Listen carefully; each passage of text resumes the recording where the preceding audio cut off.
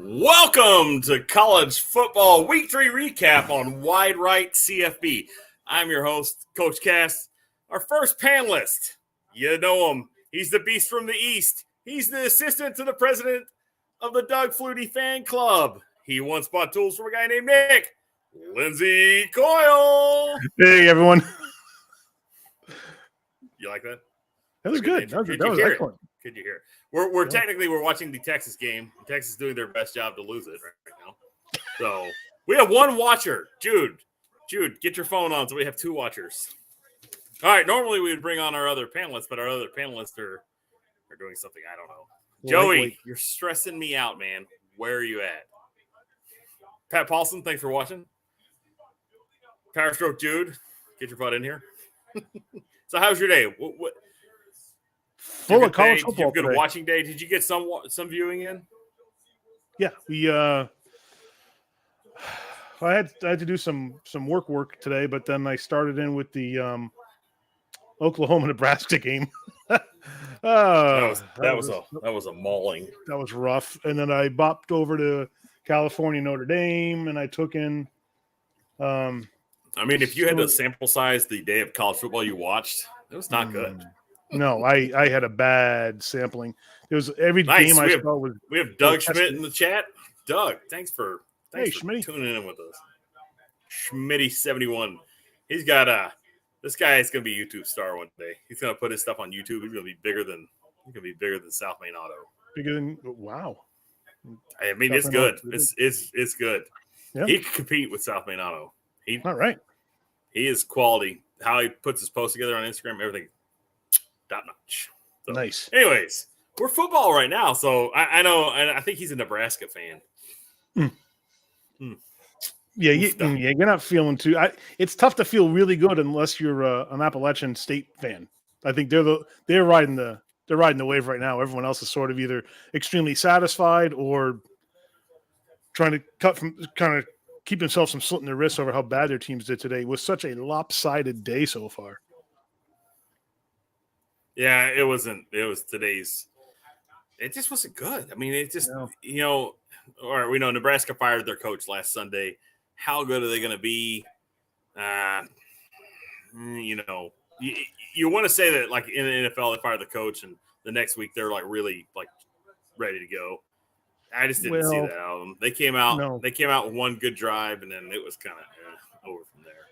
And time will tell like how good. And it's going to take time. Trev Alberts, their athletic director, has realized very early on that he is now in a rebuilding phase. And he realizes they've got a lot of things to do in their program. It goes beyond coaching, goes right down to things like strength coaching, conditioning, nutrition, even how they develop the developmental program itself. Because they've got nothing but systemic issues. And he was very vocal about that, and he wasn't trying to hide anything. Everyone's got their work cut out for him, and he knows that he has a long way to go to create a program there that the fans and the players and the staff is going to get behind because of where they are right now. Yeah, when you look at it, you got to kind of take this like baseball approach to it.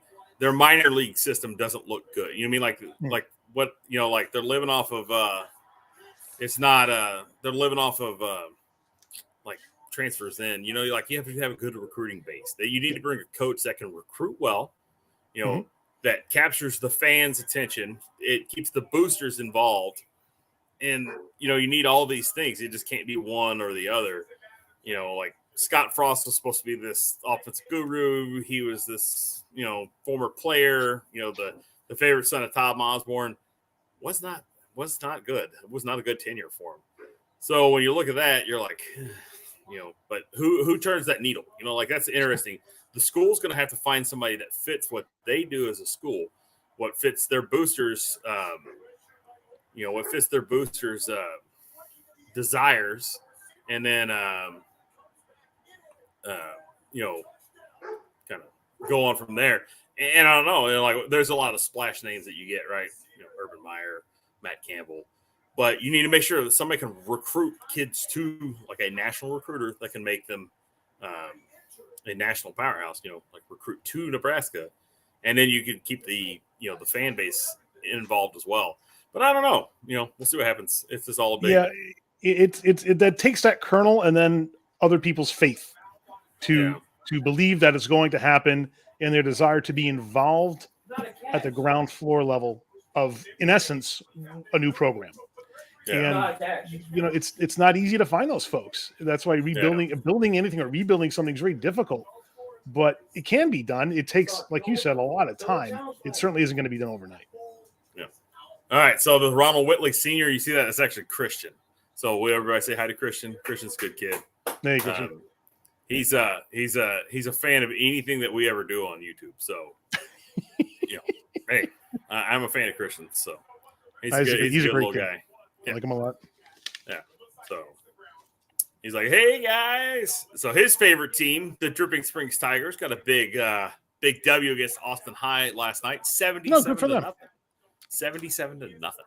Well, keeping in line with the lopsided football games of today, I think they're doing okay for themselves. Yeah.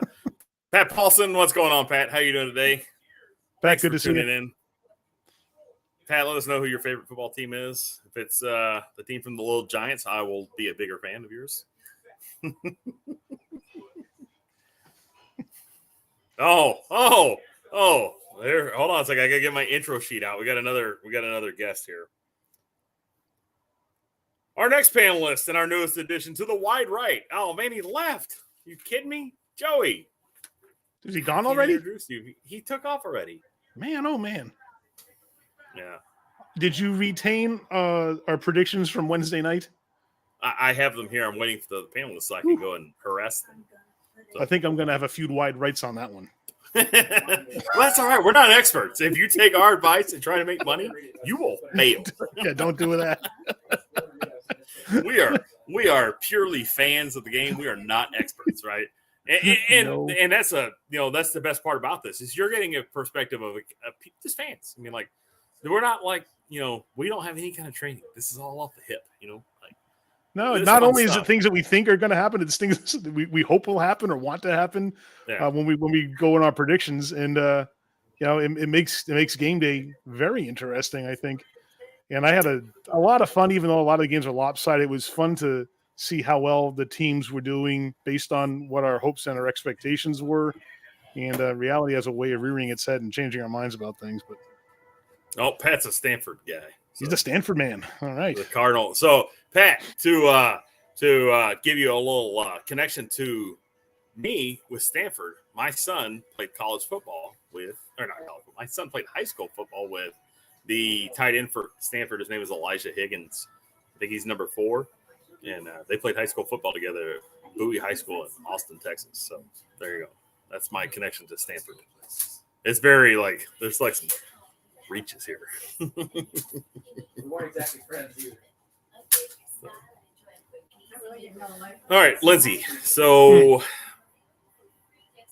let's go over a game or two. Let's look at your predictions here.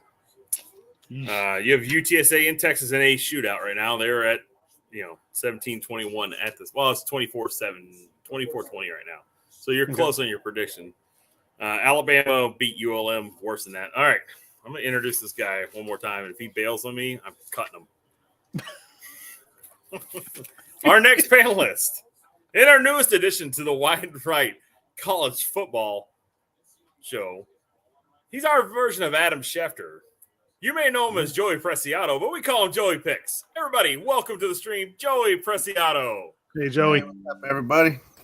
You're stressing my internet out. It cut out on you when you try to introduce Man, I thought me. you bailed on us. I was gonna cut you. No, I was looking at the score. I clicked the wrong button. We were going to send you back down to the minors. Send you back down to the minors. All right, so we were going over Lindsay's picks here, Lindsay's top 5, and we got NC State at Texas Tech, and I think might be the actual score right now. It's 25. NC State was winning when I seen it. Yeah, it's 25-12, so I think Lindsay's doing pretty good on that. The BYU game, swing and a mish. You know what I mean? Yeah. I think we all missed that one. What I say on that one? They got murdered. Yeah. I don't know. Oregon showed no moisty on them. So. No, they Washington's kicking the shit out of Michigan State right now. Yeah, that's a surprise too. I was big on Michigan State, so I felt like a real winner here. And then LSU pulled out. So Jude's gonna be upset. LSU pulled out the win against Mississippi State. You know what? I was watching that first half, and like Mississippi State was playing good, and like I was just like, what? I turned it to watch another game, and I was like, what is going on here? Yeah. And Arkansas, man, Lindsay, I think your picks are a lot closer than what you think here, buddy. Really? Yeah, well, Arkansas beat Missouri State. Arkansas beat Missouri State 40. You had it picked 42-35, right? Yeah.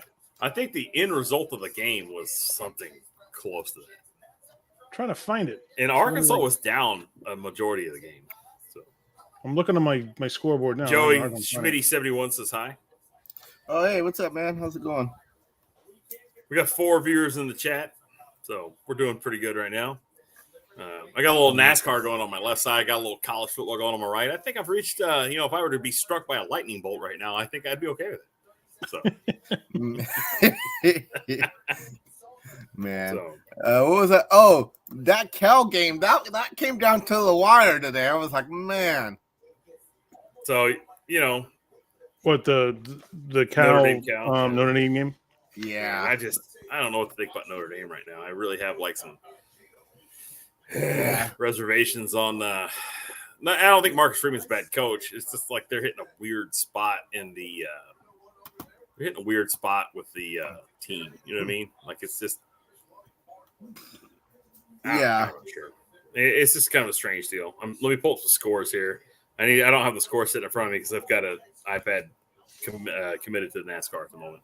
The thing that frustrates me to see about like the Notre Dame Cal game is just the unforced errors late in the game. They had that targeting penalty, which really worked against them, and put them in a position where they had to let desperation fly and do the Hail Mary, and it was kind of a bummer to watch things get down to that point. I wish that they had a little better discipline there, but it is what it is, as Bill Belichick would say, and as a result, Bill Belichick. The team did well. Oh, what game was I watching? Southern Illinois. Who did they beat? They beat Northwestern today. That was a shocker. Yeah, that was a shocker. But who called this was my son. He said the Salukis were going to do well. All right, so I hope Jude's ready because I'm about to put him on. He looks like he's ready. He's in the backstage right now. So. Does he have his slicked hair? That's not a secret for me to know and y'all to find out. Shout, go here. So, all right. Our next panelist is a lifetime fan of the Trojans. That's USC football, He covers the left coast like no other. He's the one, the only.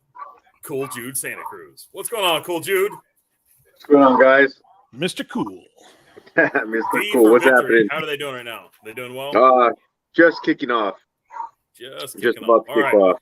Apologize for my tardiness. It's been a rough morning. We got tons of noise in the background. It's my niece's 21st birthday. I didn't know she was having a friend's party. So I came over to tell her happy birthday. We're at my mom's house, so she's having this killer party, but it's all right. Well, we appreciate you hopping on with us, So we won't dock your pay this week. We'll wait till next week for your we will when Fresno State wins. Dude's crazy. Dude's crazy. Mr. Pigs. What's your name? Joey Preciado. That's Joey Pigs. Joey Pigs. We're kind of like a S show right now. But it's all right. I was wrong about Michigan State and Washington. I'll tell you that much. Yeah, and we were all wrong about a few things in life, and there's a couple. Didn't somebody say Liberty was gonna play Wake Forest tough? I did. No, I said that Sam Hartman was going to have a big game, but you can expect Liberty to be in the game. That was too close of a game. Look, when you pick when you go with the team that scores the most points, you never lose. So that's true. all right, so I keep pulling up the ESPN app here. I am so tired of Frank Harris completing these passes here. Texas gonna lose again too. Joey, if you talk like that again, I will cut you from the stream forever. They are. They spent $280,000 for Arch Manning to come to fucking recruiting day. They're gonna lose. No, come on, that's money well spent. That doesn't come out of the general. That doesn't come out of the general fund. You know, Oh, I all know the that comes out of the boosters. Yeah, that's all booster money. So Still gonna. no, that's I exactly. hope he decommits and goes to LSU. No, he's not going to. You're speaking blasphemy there, sir. Hey, Grandpa's from New Orleans, so I can see. Yeah, that but none of the happening. brothers ever went to the same school. They all went to. Man, different schools. he's got to be the lane train, man. His grandpa and his uncle both played at Ole Miss. Why not go with the offensive coach, man? Lane Kiffin's going to get him. Offensive coach. He went with Sark. Oh, yeah. Pick six. There you go. All right, we got a 9-point lead right now, pending the kick. Keep his sorry Texas comments to himself. Oh, we'll have to bring my son on. Okay, let's get this show on the road real quick. Let's go over and look at. I want to see what Arkansas did today. So They sucked the whole game till the end. yeah, well, you know what? If you got to be good, that's the good time to be good. So Yeah. I mean, like, all right. So Lindsay predicted that Arkansas would win 42 to Missouri State's 35. Arkansas actually won. Where we at? 38 to Missouri State's 27. Lindsay, that's not too far off. I mean, like, you had a good pick there, and then Lindsay's other picks were UTC and Texas. We're not going to talk about that right now. ULM and Alabama. Alabama scored 63. ULM scored 7. So you got the game right. We all lost the BYU Oregon game. Oregon We all lost that game. Oregon established dominance early, and they absolutely pummeled BYU. I mean, that was a beatdown. That was almost as bad as what Oklahoma did to Nebraska. Sorry, Schmitty, but that was which one of us wanted to watch? We'll see what Ole Miss did against Georgia Tech. I can't remember. Well, so wait. So go ahead. My whole thing is I'm not a fan of Jeff Collins, and I'm actually on the fire Jeff Collins bandwagon. I thought Jeff Collins shouldn't have been retained after last season, how poorly Georgia Tech has performed. And then with today's performance being beaten, I think they lost 42-0, something like that. I mean, it's obvious the team's not improving. The coach is not. He is not of quality. And with the Nebraska firing Scott Frost so early in the process, you have to think that colleges are going to all take this. They're all competing for a certain number of guys. I mean, like big name guys out there, Urban Meyer, Matt Campbell, Kendall Briles. I mean, like you have some massive names out there in the coaching world that will be available. Tom Herman, Ed Orgeron. You want to have these guys secured, locked up right now. So I mean, more guys may fall. Like we're at week 3. Technically, week 4 is 0 week. I would say in the next 2 to 3 weeks, we're going to know if colleges are going to be ready to move on from their current coach, and if they do, how it will impact the coaching landscape. So that's our stressing us out segment of the day. Joey Preciado brings up the news of college football. He's stressing us out, Joey, with all the goings on in college football. So that's something to watch there. To go on with our thought of the day, we went over Lindsay's picks. Lindsay went 4-1 today, and his picks weren't bad. I mean, like they're decent. He has some decent numbers here. I mean, Lindsay, shocking. I'm just saying here. If you do this 2 weeks in a row, we're going into business. That's all I'm saying. If he does it 2 weeks in a row, it's going to be Lindsay picks, not Joey picks. Lindsay, yeah. Lindsay. Well, it just fits the moniker of Lindsay's lead pipe locks, right? Yeah. There you go. So I think, Lindsay's lead pipe locks. Lindsay did a great job. I don't know where Joey's picks are. I don't have Mine are all over the place. Mine are not too good. All right, Joey, give me some stats on some Heisman front runners. Let's go with Will Rogers didn't do all that great today, so Mississippi State. Yeah, he started off a little bit okay. He didn't really do too good. Obviously, yes. I mean, they ended up losing to LSU. The first half it was okay, and then I flipped the channel, and then they were just losing big time. He didn't really do too well. Jared Hall from BYU, he didn't really do too well either today. Well, other than the turnovers, I think the turnovers sunk him, right? But I think his passing wasn't terrible. I mean, you can't throw for 215 against Oregon and expect to win, not without 500 total yards of rushing or something like that. And then Kentucky, it looks like they played just solid football today against Youngstown State. Now I know they're playing a lower tier school in Youngstown State, but when you go out, you pitch a shutout against any team, it's a big thing. That's a statement win. And for them to go out there and do that, Will Levis it looked like he had a decent pedestrian day. So, nothing flashy.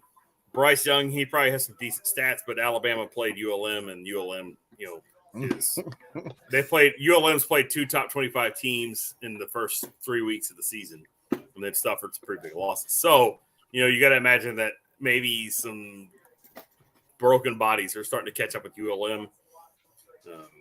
CJ Stroud, how did Ohio State do today? They didn't really play much competition either. So I mean, when you play these games, you're just basically you're trying to get the guys in, get some numbers collected, because everybody loves to look at numbers. And they're like, well, he's got 40,592 yards of passing. He's got 247 touchdowns. He's got 25 of those are rushing touchdowns. He runs from 80 yards out all the time. We got all these stats, but I wish we could get stats against P5, G5. Against Group of 5, he did this. Against Power 5, he did this. Against Top 25, he did this. Against conference opponents, he did this. Against conference rivals. So we take a little more analytical approach instead of just saying the numbers say it all, right? That's not – numbers don't tell you everything. Sometimes you need to look inside of the numbers and kind of see where it all fits. And then right now we're watching Caleb Williams. We want to see what Caleb Williams does tonight. Fresno State's not, they're not a Power 5 school, so you expect the numbers should be up there, right? The system that he plays in with I almost called him Lane Kiffin, but with he might get hurt. Lincoln Riley. Lincoln Riley, thank you, Jude. But with Lincoln Riley, with the system that he plays in, you expect numbers. I mean, numbers need to be there. A pedestrian day is going to be good, especially if they don't win. They have to win, they have to have big numbers. So that's for Caleb Williams to be a true blue Heisman contender. Because CJ Stroud, he's going to play some top tier teams. Penn State, that's going to be a good team if they play him. Michigan looks like a good team. Michigan is a for real team. They showed that they can absolutely put an opponent away. Scoring 59 points is so hard. I know that they didn't play anybody, but 59 points and holding your opponent to 0, that gives you some street cred right now. So what are your thoughts on these Heisman frontrunners, guys? I'd like to hear what Lindsay has to think. He's just kind of sitting there holding his tongue. I'd like to know what he thinks about the Heisman frontrunners. Well, I thought a lot about something you had said, was it Wednesday, Cass, about Robinson from UT. And the more I watch that kid, the more impressed I am. And I think he can certainly be more legitimate contender. I think a lot of the quarterbacks that we're talking about have been rather inconsistent the first 3 games, but Bijan Robinson seems like he's tearing it up, and I'm really interested in watching him as his season progresses, because I think he's in that conversation. Yeah, Joey, what are your thoughts? I know that you're kind of you like the broad spectrum of players. I think you have several guys that you really like. What do you think how your Heisman frontrunners did today? I would say Lindsay, they were just sort of inconsistent. Will Rogers, he started off good and then he just sort of disappeared. Jared Hall, really didn't do anything, and they got their butt whipped today. And then CJ Stroud, of course, we were all on our list. Like you said, he's going to play top competition, and they have a high powered offense where he'll get his numbers. Bijan, I don't know. He's a running back that's up there. He's going to get his numbers now that the quarterback's hurt. Ewing's hurt. So it'd be interesting to see. I know he's a good running back, you know. So Joey, are you upset with Bijan because he left the state of Arizona to go play? Oh, Texas? No, I'm not worried about him. He's gonna get knocked out next year by the Texas recruit coming in from Florida. Well, he's going to NFL. He's an NFL guy right now. Yeah, I know, but C4, the guy running back that Texas signed up recruit for next year, he's coming in. He's actually. Do we need to ask Jude what his thoughts are on the Heisman frontrunners? I mean, like Jude's only watching one name alone. No, I think if ask me in about 2.5 hours, 3 hours. You guys will know. Love it, Jude. You are my favorite USC fan of all time. I mean, I love it because you're just like, I mean, like you love your team whether they're 12-0 or 2-10. You know, like absolutely. I mean, you're a true blue fan whether it hurts or not. That's what I like about it, Joey. And that's what makes the panel good because, I mean, like you can be biased, but you're not picking bias here, right? I mean, like you respect other teams. I like Joey because Joey's got such a deep knowledge of the game, you know, and we're just regular guys. You know, we don't do this for a living. This is like fun for us. And we have Lindsay, you know, I know Lindsay likes sports. We've talked, you know, Patriots and Yankees plenty of times, and just the Lindsay just brings this plethora of like stats. And man, I mean, like with today's picks, there's got to be something. You just didn't pull those numbers out of thin air, right? I mean, there had to be something to those numbers whenever you picked them. So, lie. That's all you gotta do. Lie. I meant, what I meant to say was, I spend so much time in my analytics during the week, and working projections and taking pages of copious notes that it is with a great degree of confidence that I make my predictions for the coming week's games.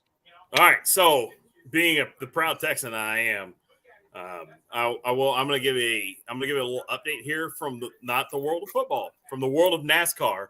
Chris Boucher from Prosper, Texas, driving the number 17 Fastenal Ford, just won the night race at Bristol Motor Speedway. So, wow. So, has he won a race before? What's that? Has he won a race before? Yes, he has. But he raced for Roush Fenway Keselowski, which is back in the past they were a good team, but then as time goes on, they kind of faded, and now Brad Keselowski's brought some new vigor to the team, and it's good to see him win. This is a big win for them. So, anyways, that's our NASCAR segment for the day. We're gonna get off NASCAR. Let's get back to college football. Right now, we got a possible targeting call. Gordon. Go Jeff Gordon. He's he's a West Coast guy. He hasn't raced in years. He retired a long time ago. Well, the deal is he's going to go and he's going to Hendrick Motorsports is preparing a car from the racing. I think Petit Le Mans. He's going to race a Porsche, so that'll be good to watch. So, I know Joey's a big Alex Bowman fan. So. He should race a vet, man. Well, I think number 0 for Texas just got ejected for targeting. DeMarvion Overshown. How was that targeting? Well, he's been kind of an animal tonight. He's been all over the field. Yeah, well, sorry, guys. Let me pull up some stats real quick. Let's go with USC can I say a quick update? Go ahead. Touchdown Trojans. Touchdown Trojans. Well, let's not all talk at once, guys. All right, so my award for my award for least enviable job this week goes to the Yukon cheerleaders.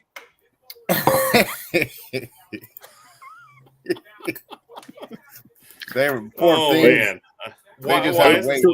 Can we talk about the game of the day or play of the day or whatever you want to call it? How about that Hail Mary for App State? Week after day. We have Schmitty 71. He was talking about that. He was happy with that result. Guys, I'm a little off today. I'm not gonna lie. I'm just not 100p. So if I get caught up rambling, all you think about is Texas and how they're gonna lose next year and the rest of the season. Break his neck now. Oh no, we're pretty sure that's going to happen. It's not really. Well, I'm just. We're not losing sleep over that. All right, so let's just start at the top. Let's go to the top 25. What I'll do is I'll pick a team and I'll pick a panelist. I'm going to give y'all a chance to explain yourself. Guys, if I don't pick you and you want to ring in, give me 30 seconds of your opinion afterwards. If not, we'll just move on to the next one. Let's start with number 1, Georgia versus South Carolina. I want to hear what Joey has to say. You know, I watched that game for a little bit, and Georgia just continued to show their dominance, man. Just in the trenches, and I thought South Carolina was going to do a little bit better than what they did, and I thought Spencer Rattler would have a little bit more than he did, and it was just a good performance by Georgia today. They're just continue to keep on rolling. They're gonna be tough to beat. Any guys, 30 seconds from either one of y'all. Georgia's tough, man. They deserve the number 1 ranking, that's for sure. Yeah, they do. And when you break it down a little bit and see what the individual players are doing, it was very evenly spread, the amount of work that was done out there. And it was a very good team effort. I think everyone pulled together, both in the rushing and receiving game to rack up the yards, even though there wasn't any particular standout long plays that you can hang your hat on. But I think everyone did a very good job collectively. Can you imagine if they had an NFL quarterback? Man, they've got some dude who's going to be selling insurance in a couple years. And if they had an NFL caliber quarterback, they could be probably the best college football team ever. Yeah. All right, so we got number 2, Alabama at UL Monroe. Lindsay, give me 30 seconds on what you think about UL Monroe versus Alabama.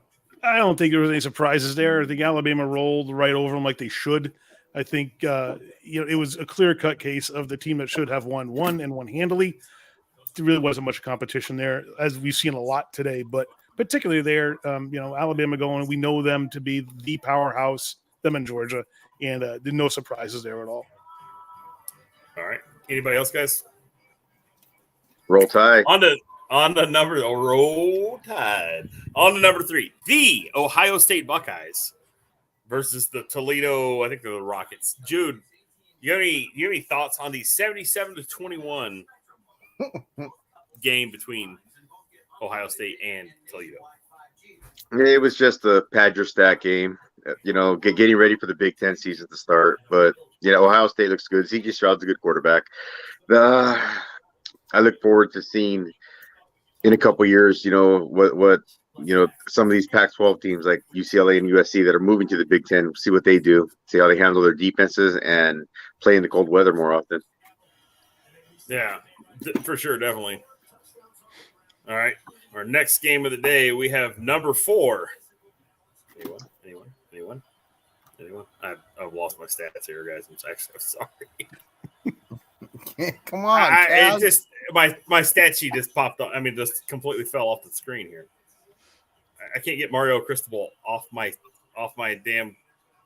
I'm not kidding. I got Mario Cristobal's face is stuck on my computer right now. I have no idea who's number 4. Let's go with Michigan. Number 4, Michigan versus UConn. The Huskies, 59-0 beatdown. Let's say you, Joey. What do you think about this beatdown here? I think Jim Harbaugh got these guys rolling. He had them rolling at the end of the year last year, and it just sort of continued. I know they have some quarterback issues. I think the quarterback, the starter, got a little bit hurt today, but and then Cade, what is his name? Cade McNamara, I think that's his name. Yeah, he's going to be out a few weeks, but they seem to be rolling.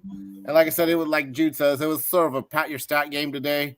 They just sort of total domination. So we'll see how they keep rolling. They're going to have to watch out for Rutgers, though. Rutgers is 3-0. Rutgers barely won today. I'm going to go ahead and say they don't need to watch out. Hey, we didn't think Michigan State was going to lose either. Yeah, and we also picked BYU too. So we're all kind of looking the fool at the moment. So New Mexico's kicking UTEP's ass. Hold on a second. UTEP is not a good team. But on to number 5, Clemson versus Louisiana Tech. Clemson's leading right now. It's late in the fourth, or it's early in the fourth quarter. Clemson's up 34-13. Jude, what do you think about Clemson right now? Do you think that the offense is just struggling to manufacture points with DJU? Or do you think the team is missing exactly Tony Elliott right now? No, it's all about the quarterback. Clemson should be a team that plugs in a player when a player's gone, and they just keep on dominating. Problem is that they don't have the quarterback that can do it. Now, I don't know how Georgia continues to do it. Maybe. Oh no, we lost Jude. So what Jude's going to say right here is he's going to go. He's going to say that that with DJU at the helm, until they put Cade Klubnik in, they're just not going to be that good. But as soon as Jude pops in, we'll get him back up. Lindsay, can you fill in for Jude right now and give me a little diagnosis of number 5 Clemson versus Louisiana Tech? Well, again, I think that this is one of these games that, like so many others, it's pretty lopsided, and they're again, Clemson. You're not going to expect that Clemson wouldn't win this one. I think that once they're stacked up against some more evenly matched teams, it'll be a different story because we get really a chance to see how they shine against a higher quality team. So until then, today's turnout was exactly what everyone expected going in. In fact, you could even make an argument that it was a surprise that the score wasn't more lopsided. Well, let's break some news real quick. And our sideline reporter, Schmitty71, he's dropping some knowledge here. Bowling Green over Marshall in overtime was pretty good too. So we haven't talked about that, but let's let the little breaking news moniker at some point. And thanks, Doug, for filling us in. That's pretty fun to see. I like parody in college football, and I like to see games like that happen. Yeah.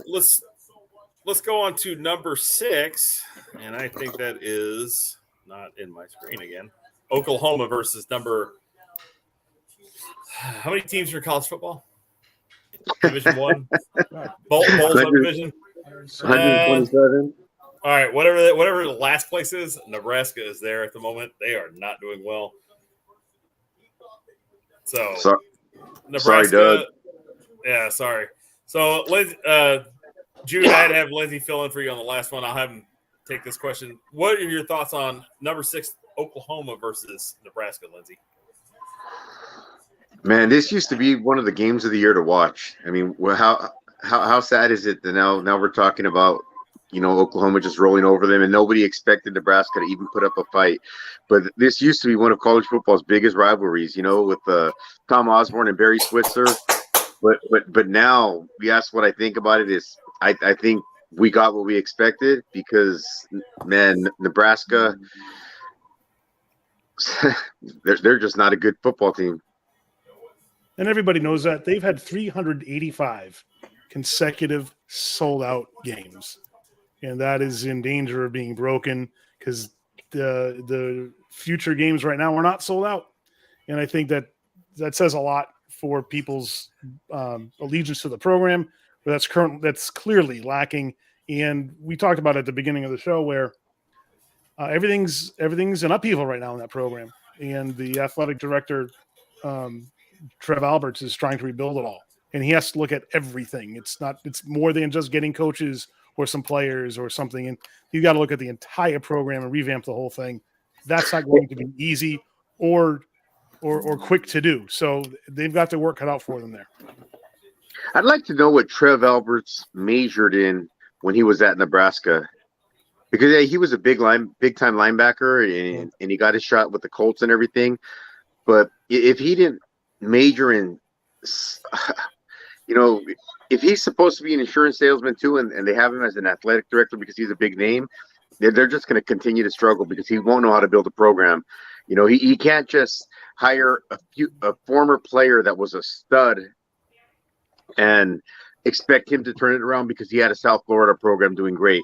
You've got to hire coaches, assistants, and I know they've got money and they've got facilities and they should be able to get players, but they need recruiters. They've got to hire recruiters. They've got to sell.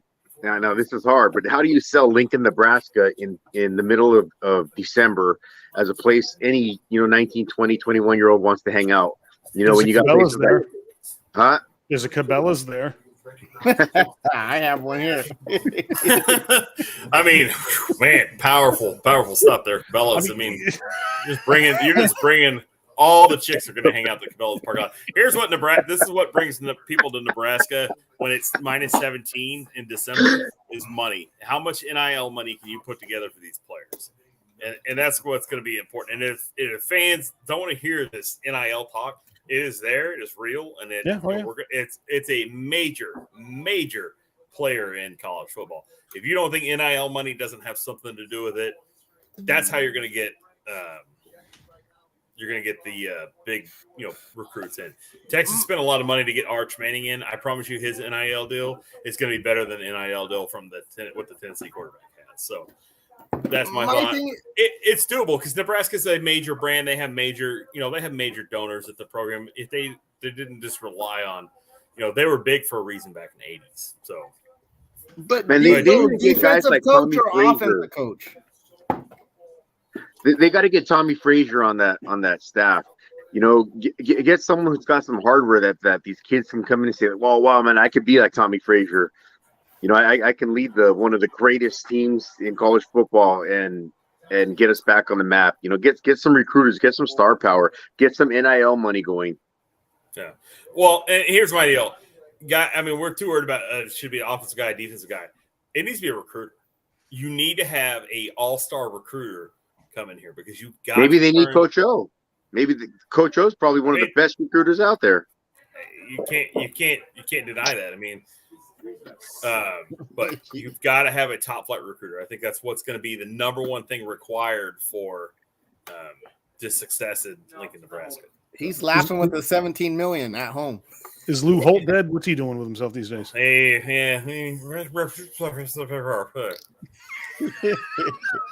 No, but when that's my best. That's all I got. That's all I got. It's as good as anything else. I would bring Coach O as a defensive coordinator so he could recruit linemen, and then you get somebody else as the head coach. I would bring Coach O in for one thing only, and that's the recruit. I don't want Coach O coaching. I want Coach O bringing guys in. Guys love Coach O. He is like, he was USC's spirit animal after they fired Lane Kiffin. So Coach O is a solid guy. Was it Lane Kiffin or was it Todd Helton? Who do you think? Kiffin. Yeah, it was Kiffin.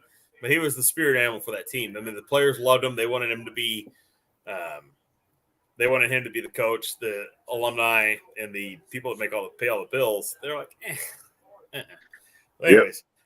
Kids didn't make it up to Cormac, and Odron did. Let's go to number 7, the University of Southern California Trojans against Fresno State. Jude, I know you're a huge fan of the Trojans, but I'm going to ask Joey what his thoughts are on this game. Fresno should be competitive. They will be. USC will probably win, but some of the interesting will be Addison as a USC receiver to keep an eye on, see his numbers, because like I mentioned last week, he will be as far as receivers and Caleb Williams passing to him, getting a lot of passing yards, he could possibly be a Heisman candidate later in the year, just because of the stats he's getting and the touchdowns.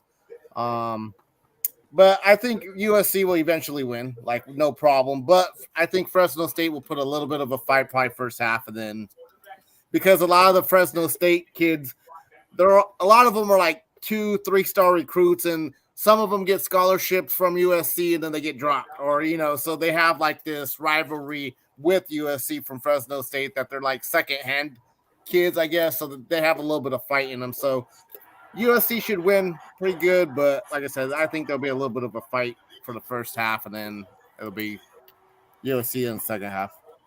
I think it's more likely to be a little bit of a fight in the second half. Just like last week against Stanford, Fresno State will put some points on the board when it doesn't matter, but I don't think the game's ever going to be in jeopardy. Well, just a little breaking news for a Heisman dark horse watch here. Bijan Robinson has 2 touchdowns of over 40 yards right now. And, he has 3 touchdowns in the game, though. Yeah, but 2 of them are from 40-plus. So if you want to talk about a big hitter, a big home run hitter, man, one of my favorite people just popped up in the chat, too. Everybody, everybody on the panel, let's give a round of applause for Mr. Raging Cajun. Hey, what's up, Raging? Give a round of applause. I know Jude's holding the phone, so he can't clap. So. What's up, Raging? Pat Paulson's got a TD for us, a TD alert for Utah. Guys, if you're watching a game that and you want to throw up a score, throw up a highlight or something like that, or just throw. Hit us with it. Hit us, or just throw up. So here I am getting behind again. I'm just slacking on my job. All right. Our next one we're going to talk about is number 8, Oklahoma State, hosting Arkansas Pine Bluff. Oklahoma State wins this game 63-7. Oklahoma State scores 49 points in the first half, and then they just kind of cruised the victory in the second half, only scoring 14. The game was over from the start. I mean, Oklahoma State, I think they probably scored 100 if they wanted to. This is one of those pad your stats game. Also, make sure your guys don't get hurt game. What are your thoughts on this game, Lindsay? When you over before it began, when you look at the end, they go, "Oh, look, they won. This is my surprise face." No. I mean, it's kind of the hallmark of all the games we've been seeing for the most part this week, and it's another one of those certainly unsurprising games that came out the way you thought it was going to come out. Yeah. And all right, so let's move on to number 9, Kentucky. They hosted Youngstown State. We kind of talked about this in the beginning. Kentucky just pitched the shutout. They didn't score any points in the first quarter. They got 3 scores in the second quarter, another score in the third, and then they got a field goal in the fourth. I think Kentucky's a real dark horse in the SEC because they play in the east side of the SEC, and I think they could be a problem for a lot of teams. I think that Mark Stoops provides a really solid base, as far as just that good hard-nosed play defense, run the ball, get physical, and have the guys ready to play. I think it's going to be tough to beat. And then, they got to play Georgia, obviously. Georgia's not, they're the champs until somebody else proves otherwise. And they look like the champs today. But the West, I mean, it's a bloodbath out there in the West. I mean, you got Alabama's, they got to run the gamut. Alabama and LSU is never just a complete lack of game. I mean, they've always got something going on. Alabama's got to play Texas A&M. They're not schlubs. They're not great, but they're not going to go and underwhelm you either. So there's like layers to this. So, they're a dark horse. We could pick them as a dark horse. They are a legitimate dark horse contender on this one. So Kentucky did well today. Let's get on to number 10, Arkansas hosting Missouri State in a game where Sam Pittman himself came out and said, not only did Arkansas get outplayed, they got outcoached. And for a coach to go and say that, I think, that's a good way to take up some of the team's fault. I think the team overlooked Missouri State. They underestimated Bobby Petrino. Bobby Petrino's not a good person, right? He's never going to win any kind of humanitarian awards, but he's going to be, he's going to have his football team ready to play. What are your thoughts on this game, Jude? What do you think? Arkansas ekes out a win against Missouri State 38-27. I'm glad Arkansas won this game. It was surprising, and Petrino had his team motivated. I mean, no ifs, ands, or buts about that, man. He had him motivated to play today. But Arkansas sneaking this one out hopefully gets that out of their system and can put some good games together in the SEC, because I'd like to see Arkansas make a run. Parity in any conference is great, and you like to see like traditional teams look well. So I agree with you on as far as Arkansas. Looking the part, you want them to look solid. Lindsay, I mean, your pick on this game was just, I mean, you were there, man. I don't know how you did it. I really don't. I mean, like Pat said earlier, Lindsay is how do you say Lindsay? What was it? Lindsay the Greek. It was Jenny the Greek. It's Lindsay the Greek. So Lindsay the Greek. Hey, we're gonna get him by a fork or whatever he would say back in the day. Even a blind squirrel can find a nut every now and then. Man, I tell you what, if you keep doing this, you're going to make us legitimate. That's all I'm saying. All right. Between you and Joey, legitimate, and then Jude just makes everything cooler, right? I mean, like, how can you not like, anything that Jude does? So, another one thing too is Jefferson, the Arkansas quarterback. I think he had like 375 or 380 yard passing and 3 touchdowns, I believe, or something like that. So he did well, even though it's Missouri State, he still put some numbers up in a tight game. Yeah. Yep. All right, now we got to talk about Diabolical 58 just joined us. Oh, everybody. Round of applause for Diabolical 58, everybody. Hey, John. He's a fan of the show. I mean, he's a true blue fan of the show. We need to have a Diabolical 58 moment every time he's on the show. Yeah. We're just gonna say, we're gonna say thank you to John for joining us. John, you're a good guy, man. Appreciate it. All right, let's get over to the Oofta May part. Number 11, Michigan State is losing currently to Washington, and it is late in the game. They are down by 11, and Washington's got the ball. This thing looks over. 14-0 touchdown Trojans. Real close in the first half there, Joey. Breaking news. Hey, Christian beat you to it there, Jude. So. Oh, did he? Yep, Christian beat you to it. So. Man. But Chris, I'm telling you, we're gonna have Christian on. I think we're gonna try to have him on next week and talk to his dad. His dad's fine with it. We're gonna bring him on. We're gonna let him give us some scores, some updates, some stuff like that. He's very excited to be a part of this. He was talking because where the fit shop, he lives next to the fit shop, so he comes over and he hangs out all the time. And he was pretty excited about coming and is that Diego Teo? No. Sorry, I thought that guy just died. So Chris is going to come on. We're going to get my son on right now. My son's getting ready. He's getting ready to go to Florida in the morning. So we got the Texas game on. They're playing UTSA. Hold on, I'm going to take a little segment here from Michigan State. Playing UTSA, and what I'm looking at is the quarterback situation at UTSA because one of the kids I coached from a little kid, wee little young lad, up is on the roster. He's in uniform on the sideline at the game right now. So there's a chance we could get a Diego Teo sighting. And if we do, we got to rep the old Hill Country Cowboys. They're not around anymore, but we got to rep the Hill Country Cowboys if Diego makes it on the field. So exciting stuff. Can I say something real quick? Go ahead, Jude. Hey, we should come up with a segment called Viewer of the Week or Fan of the Week, and this week I would absolutely nominate John for it because I believe I can kind of see his chat really. It's kind of small, but I think he said something about that he wanted to fit in, so he watched part of a game today. That's awesome. I believe he had a plate of chicken wings in front of him and a beverage, and he was watching some football, and that right there is hashtag everyday chicken wings. Hashtag every day's a cheat day. Man, he didn't have to cheat. That guy is awesome every day. Man, final for Michigan State, game over. Wow. Number 11, Michigan State goes down. Thoughts on that, Joey? What are your thoughts on Michigan State? Michael Penix Jr., the quarterback from Washington, he's a transfer from Indiana. He tore it up. What are they saying? He had 397 yards and 4 TDs. And watching the beginning of that game, that kid was on. They came out with fire and they were just rolling.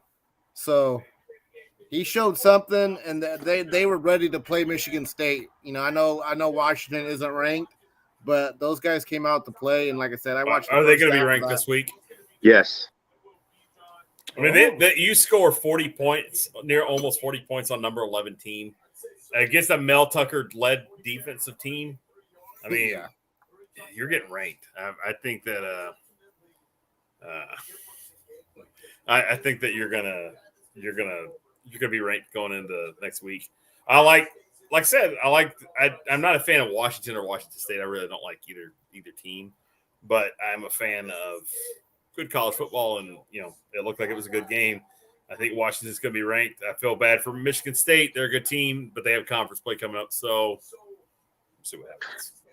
John did say he had Buffalo Wild Wings, which is hilarious because we were talking last night, Cass. You were there. Yep. we started talking about wings, and he mentioned, he's like, man, I could probably go for some wings right now. He ended up going to B-Dubs. So, all right. So let's take a little break in our top 25. Let's take a water break. Let's take 5 here out of our top 25, and let's talk about what's your favorite flavor on wings. What do you like? What's your favorite coating on wings? Lindsay's going to go and geek nerd out on us. I'm going to save him for last because he's going to have I like a pinch of parsnip with it, and we have like some dill and all this stuff. So let's hold on to that. Jude, I feel like we're probably we probably like pretty much everything is the same. You know, we're we like everything that each of us does. So, what is your favorite topping on wings? What's your favorite flavor of wings? It is a toss up between some, and I'm going to go with Buffalo Wild Wing sauces because they've got a ton of them, and I like Buffalo Wild Wings. But if I was there, it's usually a toss up between the mango habanero and the jammin' jalapeno. Jammin' Jude Santa Cruz. There you go. Jammin' Jude Santa Cruz. I think that's a new name. That may be on a T-shirt one day. I don't know. We'll see what happens. Joey, when we're diving into a plate of wings together, what are you ordering? I like a bone in, and I like lemon pepper seasoning on mine. Yes, connoisseur, bone in, and lemon pepper seasoning. That's one that I usually always get. Like, family will get medium, or they'll try a medium, and my son gets barbecue. But I like the lemon pepper bone in. Raging Cajun chimed in, and he likes buffalo, and buffalo is an excellent wing. It's just the right amount of spice sometimes, so it's the right amount of heat for you. All right, Lindsay, I'm not going to let you go just yet. I'm going to give you my favorite topping, and I'm going to let you know I am not a fan of the bone-in chicken wings. I like the just regular chicken, and I guess we'll call it the soft nugget. I am a fan of the nugget. Bone-in chicken is not my favorite meal of all time. We got Christian chiming in. He likes lemon pepper as well. Reggie Cajun says no dipping sauce, no dipping sauce. Or dipping sauce, no dipping sauce. It depends on how hot the wings are. If we're talking like, the 5-alarm wings, Raging, I need some dipping sauce. But I like the barbecue. I like the barbecue chicken wing. I mean, can't go wrong. Now, saying that, I will eat it on the bone. It's not my favorite, but if I'm going to pick one, I'm going to go boneless. Lindsay, let's say you. What is your tonight? I actually made some. I made chicken strips because I'm not a big fan of the bone either. So I made chicken strips and I seasoned them real heavy with my own blend of like garlic and ginger, some cayenne, some. I told you they tasted great, and they were nice and spicy, but it wasn't overpowering. And no, I do not serve them with dipping sauce because dipping sauces should be illegal. If you made your meat correctly, you don't need a sauce. If you need a sauce, I told y'all it was gonna be some nerdy like. I'm not making fun of you, but I know Lindsay, and one day he's gonna invite me over. I tried to invite myself over to Thanksgiving. He said ginger and cayenne, and open the door. Hey, Lindsay, it's Cass. I'm like, oh, come on in.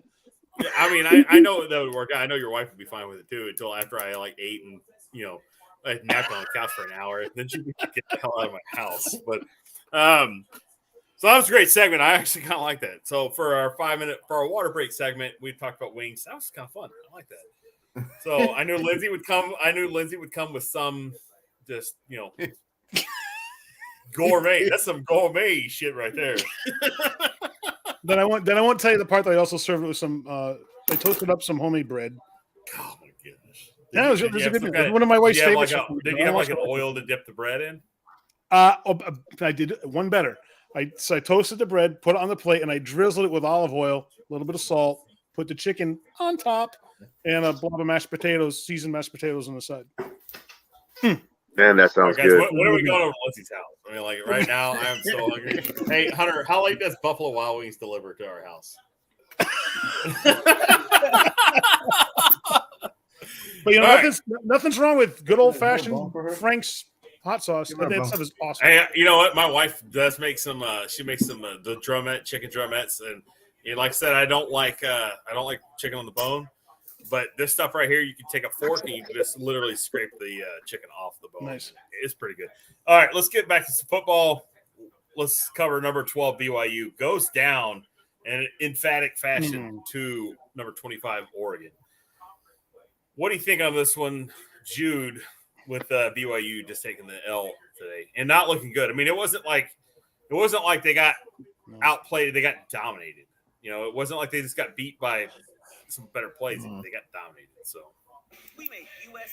it bums me out, guys, because BYU is going to beat a couple Pac-10 teams, a couple more Pac-10 teams before the year's over.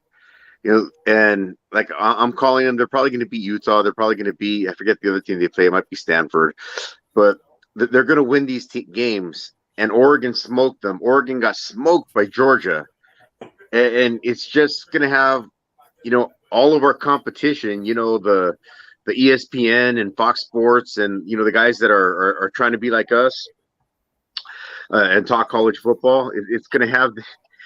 Such high praise. Such high praise. I like it. It's going to have all those guys saying how down the Pac-10 is, because a team, Oregon smokes BYU smokes whoever, and Georgia smoked Oregon. It's all, guilty by association. It's not going to make the Pac-10 look good. Not happy with that loss. Joey, your thoughts on number 12 BYU? I'm sorry. I don't know if maybe I'm not making excuses, but I don't know if that double OT last week maybe wore them out, got them tired. I don't know. They just didn't seem like they were ready to play this week. Yeah, those 8 extra plays are killer, right? Hey, let me ask the panel this question. There's a lot of sitting around on the sidelines. You can't just. I'm just kidding, Joey. I want to ask the panel this question: do you think that this is the Dan Lanning effect on the Oregon program? Like he's finally, this defensive touch is starting to come in, because 20 points. I mean, they didn't score 13 until the fourth quarter. I mean, that's a big number. So is this the defensive guru from Georgia? Is this the Dan Lanning effect on the Oregon program, and now we're starting to see it against upper level competition? Nah. Look, how many points did BYU have at the end of regulation against Baylor? However many Baylor had. Was it like 2020 or 1919? Yeah, it was. They're not a powerhouse on offense, so it looks they didn't do anything. We'll see. We'll see what happens when they start playing some of these Pac-12 teams with NFL quarterbacks. All right, I'll make a statement, and you guys change my mind. I say, no matter what game BYU brought with them today, it would not have been enough against Bo Nix. He was too good. I think whoever they played was going to lose to Oregon today. Yeah, he came out. The only thing that would have given BYU a chance against Bo Nix was if they were wearing Alabama jerseys. All right, that's my joke for the day, guys. He was so good, and Bucky Irving was so good. It was just they turned it on like no one else, and I don't think BYU on their best they could have beat him today. Yeah, he was really good. So I mean, it'll be an interesting game next week. Can he bring that same against Washington State? Right, Washington State's 3-0. Ain't nobody talking about them either. Can Washington State dominate them, beat them? I don't know. It might be a little bit closer than people think. So that'll be an interesting test, like Jude said, they getting in the Pac-12, conference, see what they can do. All right. Well, let's go to number 13, Miami, at Texas A&M right now. It's the end of the third quarter. Miami's down by 11 to Texas A&M.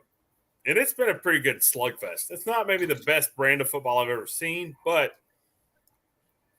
I mean, if you're Texas A&M, you're only up 17-6. You haven't put them away yet. You got to kind of, this is where you need to step up and put them away. Lindsay, what's your thoughts on Texas A&M just kind of sputtering last week against App State and then not looking good tonight against Miami? No, but I think that this game is worth watching as it goes into the fourth quarter. There's still plenty of hope, and the game can still go either way. Looking at the stats that I'm looking at now, things are fairly evenly matched, and I think that it's really going to take the rest of the game to let this one play out. This is not a foregone game in anybody's favor right now. I like what both teams are doing, and kind of wish I could see the game myself, because this one would be one worth watching. Well, it's on ESPN. If you can pop it up on the TV near you. ESPN. I have ESPN. Another thing too is Max Johnson. They switched him into quarterback. He's playing a little bit better, but he doesn't really have too well of stats as far as right now. So he's a little iffy. So it's like, I mean, that's his dad's Brad Johnson, Tampa Bay Super Bowl winner, Minnesota Vikings quarterback, and he was a transfer from LSU. But he's so. So we'll see And how he went to Florida State. Huh? And he went to Florida State. Yep. So we'll see how he ends up. You know, like Lindsay says, it'll be a close game to the very end, just with some of the other games that went on today. You know, like I said, that Cal Notre Dame game went to the last play. You never know. I mean, it's one of those things. Raging Cajun brings up a real good point. Like, it sounds like A&M needs to make some changes. I think what A&M needs to do is they need to go rely on great defense and some really good running game, which they have. I mean, they're a good running team. They have really good defense. They have really good players. So I think A&M, like Raging said, that's a change. Instead of trying to be this pass-heavy offense, learn how to crawl before you walk. You know what I mean? So let's go with number 14, Utah. The Utes from Utah playing San Diego State. Now they're up 14-0. They scored 2 touchdowns in the second quarter. Joey, you're the college football expert on the West Coast there. I know Jude's the SC expert. If I ever have an SC question, I'm going to go to Jude. But Joey, hit me with some knowledge about Utah leading San Diego State right now. I think Utah is a strong team. Kyle Whittingham has that team rolling. They've been pretty good program for the last 2-3 years. Well, longer than that, but in the top ranks in the top 15 every year. What's his name? Riesling, the quarterback. He's a decent quarterback. Is he Heisman hopeful? No, I wouldn't go that far. But he's a pretty decent quarterback that will probably lead him a win over San Diego State today. San Diego State. They're Mount West Conference. You know, they play the likes of, Fresno State, Hawaii. So they're middle of the pack, and they're usually every year they're usually an 8-3 team, 9-4 team, give or take, and they'll make a bowl game. But I think Utah should come out with the win in this game. Speaking of that conference in Fresno State, who you mentioned, I do believe they just scored a field goal. Yes. Or kicked a field goal. All right. Christian with the update there. I like it. Yeah, with the Utah-San Diego State game, it's far more lopsided than that score. Thank you, Christian. Let's on. San Diego has 1 first down. Utah's got 13. San Diego does not have a rushing game. They've got 7 passing yards. I'd be surprised if they did anything tonight. It looks like it's going to be just a laugher, and Utah's just going to keep racking up the points. Well, let's hop back over to the SEC real quick, and let's talk about number 15, Tennessee, hosting Akron. Now, I'm gonna go ahead and get Jude's thoughts on this one. Jude, this is another blowout here. This was 63-6, and I think Tennessee showed no mercy in this game. And I think that might be an important thing with the coach just going and building up this base of, hey, we play in SEC. You need to step it up. You need to know what it's like to go and finish a team off. So, Jude, your thoughts on this one? What was the score of the Alabama game and the Georgia game? 63-7, 42-7, and then Kentucky was 31-0. Why show mercy, man? You're in a conference that's how they play, and Tennessee's just doing what their conference does. You know that's how they play, and I think that's a good thing. You know these are they're young men, but they are adults. You know they're 18 years old, and if I'm sure they pulled the starters probably around the third quarter. And if the backups are smoking it, man, let them smoke it because that's just their time to shine. How are they going to get reps, man? They're getting game time reps. Let them play. I have no problem with pouring it on. And they knew it too. Tennessee converted 4 of 4 fourth down conversions. They dominated in every aspect that you can dominate in this game. And I think that they shouldn't ever let up. But like Saban said last week, is you don't play to the score, you don't play to your opponent, you play your best, you bring it every week, and you keep scoring until the clock runs out. That's it. Yeah, Raging Cajun says Tennessee will choke like always every year. They might have a win. They do play Florida next week, so that would be an interesting matchup. I think Tennessee will be in number 12 or something. They'll move up a couple. And Florida just escaped tonight versus USF. It's not like they went and just dominated South Florida. They escaped. USF was kicking a field goal with 30 seconds left on the clock to tie the game up. And so, we'll see what happens. I agree with you, but I'm just saying, they still got power. They can Yeah. maybe show up against Tennessee. Who knows? Some of these teams play against competition. Oh, yeah, and you never kind of, it's college football, so it makes parity great. All right, I don't know how this worked out, but this is pretty good luck here. We have number 16 NC State beating Texas Tech 27-14. And Texas Tech looked very pedestrian in this game. We watched a good portion of it. I'm going to go back to our pick'em sheet here. 12 over Texas Tech. And I'm saying right now, you're just 2 points off on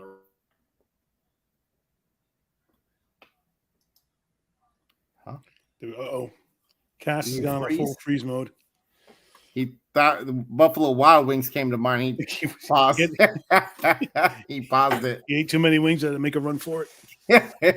What were the predictions on this game? I don't even remember what we talked about Wednesday. Shoot, I don't either. That's what he was reading. That's what I was like. I was hoping to get refreshed because I don't remember. Sounds like you were just 2 points off, though. Gosh, I can't remember what I thought. I wrote it down. I lost the paperwork. Yeah, I did not write them down. I was relying on Cass. On Cass. But this is one of these games that I think that it was more lopsided than the score indicates when you look at how it broke down. I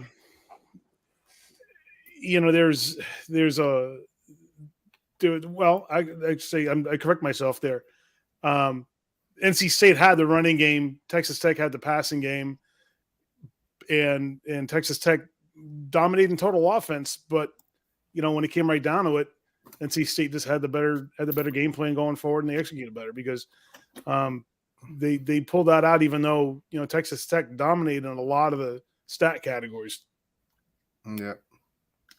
Ooh, what's this score? That's what it comes down to, execution. I mean, you can have a great game plan and dominate one facet of the game, but there's defense, offense, and special teams, and that's what they always say. But I always like to add in coaching. I think those are the four facets of the game: defense, offense, special teams, and coaching. And if you can dominate 3 out of 4, good chances are you're going to win that game. Yep, yeah. And I think that it's easy to focus on one or the other to the exclusion of other aspects, but they do all, and it sounds cliche, I know, but it's true that they all have to come together. And when one of them lacks, it's going to affect other aspects of the game. And true, it's a truism that defense typically wins games. The team with the better defense usually winds up winning, unless you just have like a knock your socks off offense that can crank out the yards. But typically speaking, defense is going to win it. But it's got to come together. And I think that was one of those games where for NC State they had enough going for them. They pulled it out. Yep. There was one brutal injury in that game too. Poor guy broke his leg. Oh. The next one, let's go to Baylor versus Texas State.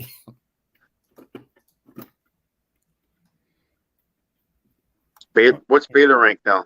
17. What was the final score? I got to apologize for knowing the scores, guys. Let me give a briefing, and I'm sure this goes for all of us, not just me. There are, like our competition, man, these other podcasts and networks that do college football talk, they all get paid to talk college football.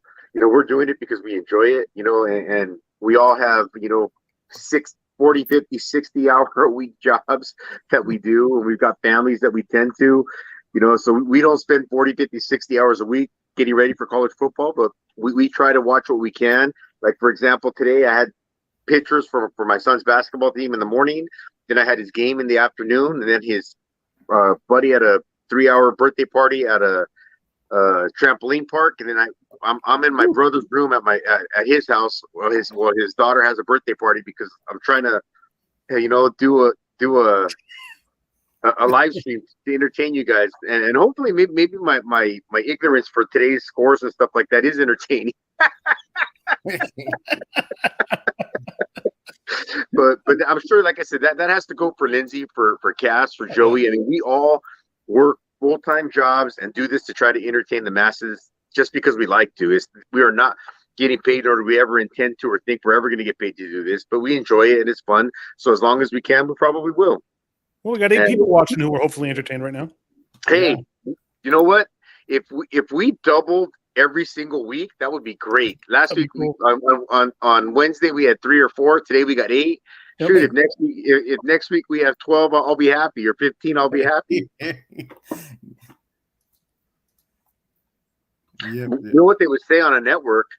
They would say, "Wow, they doubled in ratings, man." So let's see what they do next week. And they get some kind of, what do they get for broadcast awards? They'd get something. What do we get? But getting back to the Baylor Texas State game, this one was another lopsided affair. Yeah. And I don't think anybody was surprised into this one, just like all the others. This was a week that it was pretty hard to miss your predictions, although we missed the BYU game pretty bad, but only because no one could see what Bo Nix had coming. Two BYU and Michigan State, man. Wow. I know. But there weren't too many surprises at all. And I think the Baylor game was just another one of those. You just go, oh, yep, here we go. It's the team that was supposed to win one, and no one thought otherwise. Yep. Yeah, I think Baylor, after that tough loss last week, they were going to put things together, and they did, and they got right. Well, you finish your wings. I see you licking your lips and wiping your mouth. I get a snack here. Oh, you sure? Welcome back to your show. Joey, that was awesome. Look, I'm gonna say this right now. Or A&M sauce all over your lips. If anybody from Charter Spectrum is watching this, I just want you to know something. Hold on. I need to preview it here. That's what you get for your sorry internet connection. I hate Spectrum. So we got them. It's all like, right now. By the way, our only choice. One of our streaming, I don't know what you call a person who looks for information. Our statisticians, Doug Schmidt, Schmitty, he said that he can't find a darn thing on Trev Albert's degree, and he thinks that's weird. I mentioned that earlier. I think Doug is. We're gonna call Doug our sideline reporter. There you go. We got to try to get Doug on for a sideline report at some point. What do you think, Doug? Are you down for it? Would you make an appearance? Did Trev Albert print out his own diploma and hang it on the wall? Could be. And he did just download some templates. So where are we at, gentlemen? Where'd y'all leave me at? We just done talking about Baylor. Oh, well, okay, so we need to be quiet about this because my son is a mighty Texas Bobcat fan. No. And the only thing that he has to look forward to at this point is who the coach is going to be next year. Yeah. All right, on to number 18, Florida, surviving at home versus South Florida. Now, I go to Joey Preciado here. Joey picks, but Joey picks isn't in the he is not in the screen here. So let's I don't know. Who started with the last one? Who started with Baylor? Lindsay did. All right, Jude, hit me with some knowledge on number 18, Florida, surviving at home against South Florida. Well, at least they survived. They what was it?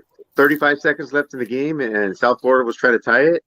If I'm correct, something like that, from what I gathered, and I only gathered that because I think I heard Cass say that a few minutes ago. but and that is surprising. I expected them to be a little bit more dominant than that.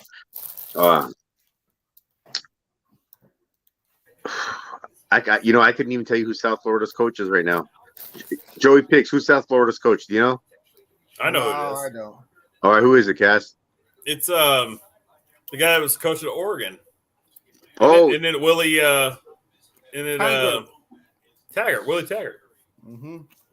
Oh, okay, Willie Taggart. Well, then that doesn't surprise me that they play tough, man, because that dude's a hard-nosed coach. I can see teams playing well and performing for him, but still, Florida, I would have expected them to have won by at least. What do we all figure? A couple touchdowns? I don't even think we picked the game. I think we went with a spread on that one. Just we might South have. Florida. So, update from Christian: USC 20, Fresno State 3. Nice. Thank you, Christian. Fight on. So, all right. So, I don't know what to make of Florida right now. I like their coach. The It's kind of. I think they're playing with Dan Mullen players. I think the team will be a lot better once Billy Napier gets Billy Napier type players in Florida. I wouldn't look for them to be, playing for any kind of CFB spot, but or CFP spot. But I would say that they'll play in a decent bowl game. They'll be in the Outback Bowl this year. Maybe we'll put that as our way too early prediction there. Oh. One game I mentioned earlier on Wednesday was the North Dakota State and Arizona. Their second quarter, they're tied 7-7. The Bisons are going to win. Watch. All right, let's go on to number 19, Wake Forest, surviving at home against Liberty. Joey picks. Cass, you guys called it. Coach Cass. Go ahead, Cass. Well, here's the deal. Hugh Freeze is never going to let the Hugh Freeze-led team play down to anybody. They're going to play up. He'll have them ready to play. The only reason this guy is still not coaching the SEC is because he has terrible luck with, prostitutes and credit cards. So He's the only one that couldn't hide it. Well, that'll do it.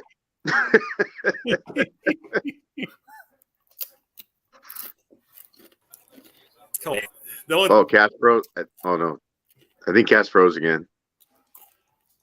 Cass. Oh, man. Yeah. Thank you, Spectrum. This game, I wish I watched this game because this one would have been worth turning into. It was nice and close. Some nice back and forth going on there. Liberty came on real strong toward the end. It would have been fun to watch this one. It kind of bumps me I didn't see it. Yeah, I would have liked to have seen that game. I think it would have been a fun game to. Am I back? Am I alive? Yeah, you're back. Oh, nope, you were. You were. That's okay. Once we get discovered by a major network, we'll have all the bandwidth we could ever ask for. Yeah. Man, I'm hoping Fox picks us up.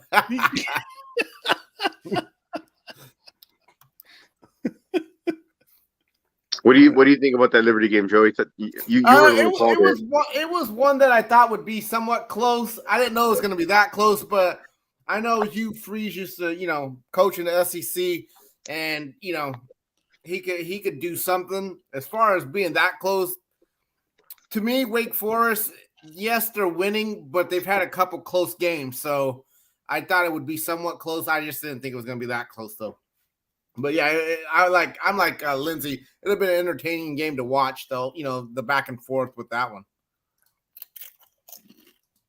So what's the? That was what number? You got double Cavs. 20s Ole Miss and Georgia Tech. Oh, can I start off with that one? Go right ahead. Man, the lane train, man, the kid train. I think. People were not expecting him to have the success that he had last year going on into this year. The first year in the SEC, I think it was 7-5 or 8-4 or something like that. Then he was 10-2. I would not be surprised to see the Ole Miss Rebels, man, 11-1, 12-0, dare I say, and knocking out Bama or Georgia or one of those teams and getting a spot. If he's one of SEC's 2 spots in the National College Football Playoff, because we all know that 2 spots are reserved for the SEC. Yeah, I'll admit that I'm also very interested to see how their season progresses. This was such a lopsided game that Georgia Tech simply wasn't competitive in any aspect. And I feel kind of bad for the teams that are on the losing end of games that are like that, because you can't feel good, certainly. You get what you can out of them, but you might as well not have showed up, unfortunately, because it's just a laugh from the beginning. But there was nothing about this game that was competitive, soup to nuts. I just wish Kiff would wear a baseball cap instead of a visor.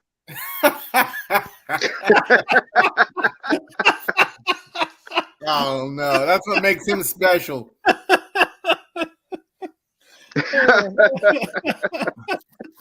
Hey, if that's what it comes down to, that's what it comes down to.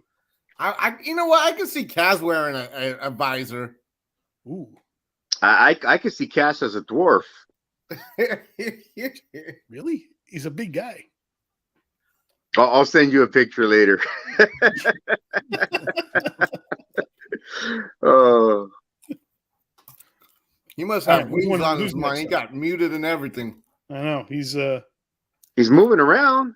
that was what 20. Who's 21? Texas and UTSA. Oh, where's that at right now? It's Did it end? over. UT beat UTSA 41-20. Joey, what do you think? About that game, Texas was just gonna. I figured they would win, dominate it, and like you guys were talking about, Bijan Robinson, he is a good running back, and he's a running back I noticed last year that was doing decent, and I think like you guys talked about, it's gonna be a breakout year now that the quarterbacks are out. So, Mr. By the Cole, way, 21-3 USC. Jude, what do you think about the UTSA game? I thought it was too close for too long because for a while the UTSA hung in there, man. The Roadrunners were running with the Longhorns. They buckled down and longhorned up or whatever you want to call it, and they won later in the game, second half. But I don't think it should have been as close, especially I know there's that hangover effect, but that's usually after you win a tight game. You know, when you lose a tight game against the ranked team, it's almost the opposite. You come out on fire, you know, kind of like what Oregon did after they lost. But yeah, I was disappointed in how long it took Texas to establish control in that game. And it happened after the second half. Whatever adjustments they made worked because they were tied at 17 going in the locker room. And in fact, UT was shut out in the first quarter. And that hasn't happened. Oh, I think now that they have was it the third? I forget. They gave some stat on that. Like it was their third consecutive game where they were shut out in the first quarter. And that hasn't happened in like 117 years or something like that. They have not had a great try of it so far this year. I think they sorely needed a definitive win like this early to try to get their heads where it needs to be and let them get some instant gratification that they can do a good job and steamroll a team when they have to. I was very surprised, just like you, that it was as close as it was through the first half. But all right, I'll made whatever adjustments they had to make. I want to chime in on this one just a little bit. So I think Texas really turned the tide in the middle of the second quarter. They went on a 10-0 run where they were able to really establish dominance that they carried through the rest of the game against UTSA. Now, UTSA has one of the best coaches in college football. If he's not being mentioned for any of these top jobs, then these top jobs don't know who they're talking about. This guy can recruit Texas. He is a Texas high school football coaching legend. I mean, he led Gilmer to 3 state championships. Jeff Traylor's the real deal. He knows what football should look like. He's worked for UT before under Charlie Strong. He's a good coach. I mean, he had his players motivated to play. Texas did what they needed to do. It was good for them. They had a little hangover coming off of Alabama. I think they were feeling themselves a little too much. They're like, we're Texas. They're UTSA. So it was good to have them to get challenged like this, and then for them to establish an identity as a team that's going to go play solid defense and run the ball. I mean, tonight was a ground attack of epic proportion. I mean, when they needed to, they threw the ball, but when they needed to get physical with the running backs, Roschon Johnson, he absolutely established dominance throughout the game. He is one tough guy, and I think Texas, they stepped up, they played well. It wasn't their best showing in the first half. Yes, I'll agree with y'all on that. But for them to go and basically blank or only give up 3 points from the middle of the second quarter on, I think shows you that they finally shook off the hangover from Alabama. They were able to put it together, and we're just gonna we'll preview them on Wednesday. We'll see who their next opponent is on Wednesday, and we'll go from there. Your guys' thoughts on number 22 Penn State absolutely dominating Auburn? Man, how the mighty have fallen. Auburn, they got to get their stuff together. Penn State carved them up. Their offense was too good. Auburn's defense didn't really exist. Penn State had an excellent pass rush. They had really good pass coverage. The quarterback was scrambling around really well, coming out of the pocket when he had to. They just had their way with Auburn. Very well played on Penn State's part. They had it together. Joey Picks, what are your thoughts on Penn State? Actually, I thought they were gonna win. I didn't know if it was gonna be like how the score turned out, but like Lindsay said, they played very tough. James Franklin had that team ready to go. I thought Auburn was gonna be a little bit better than what they were, but this just shows that Penn State, I believe, is ready to roll in the Big Ten. And they're going to be a tough team to beat there. I know they got Ohio State and Michigan and those teams, but, I mean, they put a good win up today. All right, we move on to number 23, Pittsburgh versus Western Michigan. Pittsburgh comes away with a 34-13. It was like 13 20-13 in the third quarter, and then Pittsburgh kind of put it on in the fourth quarter. What are your thoughts, Lindsay, on Pittsburgh kind of pulling away there at the very end versus? Well, I think they came on pretty good in the beginning, and then just matched them step for step, point for point, until they just shut out Western Michigan in the fourth quarter. I think it was an interesting performance given last week's performance. I'm not sure that I've completely bought into any dominance Pittsburgh might have yet, because they didn't come out of the blocks the way I was expecting them to after last week's game. So I'm really interested to see what happens with them next week and going forward. They should win next week. They play Rhode Island, and then they play Georgia Tech. So the two powerhouses of the East Coast. Yeah, they should be two winnable games for them. All right, who are you taking between Rhode Island and Georgia Tech right now? Anybody? Oh God, Rhode Island. Yeah. So let's go conference by conference and just kind of, if you got a game that you want to mention, let's go through it. Looks like Iowa finally found some offense. They got 17. Nevada's got 0, and they're in the third quarter. They're under a weather delay, it looks like. Anything else? Oh, like Joey Picks brought up the Salukis from Southern Illinois, taking down Northwestern. My, how the mighty have fallen.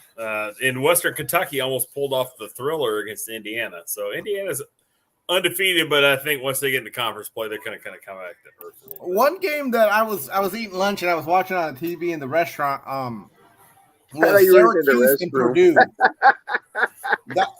That was a close game. That was a back and forth. Syracuse got the win, and they're 3-0 now. And it was 32-29. And that was a back and forth in the last fourth quarter, going back and forth. So that was an entertaining game that I seen for today. Let's go to the State got back to within 11. Yeah, let's go over to the Big 12 and let's talk about Kansas State dropping one to Tulane today. Yeah, I seen that. I mean, is that a sign of things to come? I mean, they struggled. Not for Tulane. Don't you know Kansas runs that state?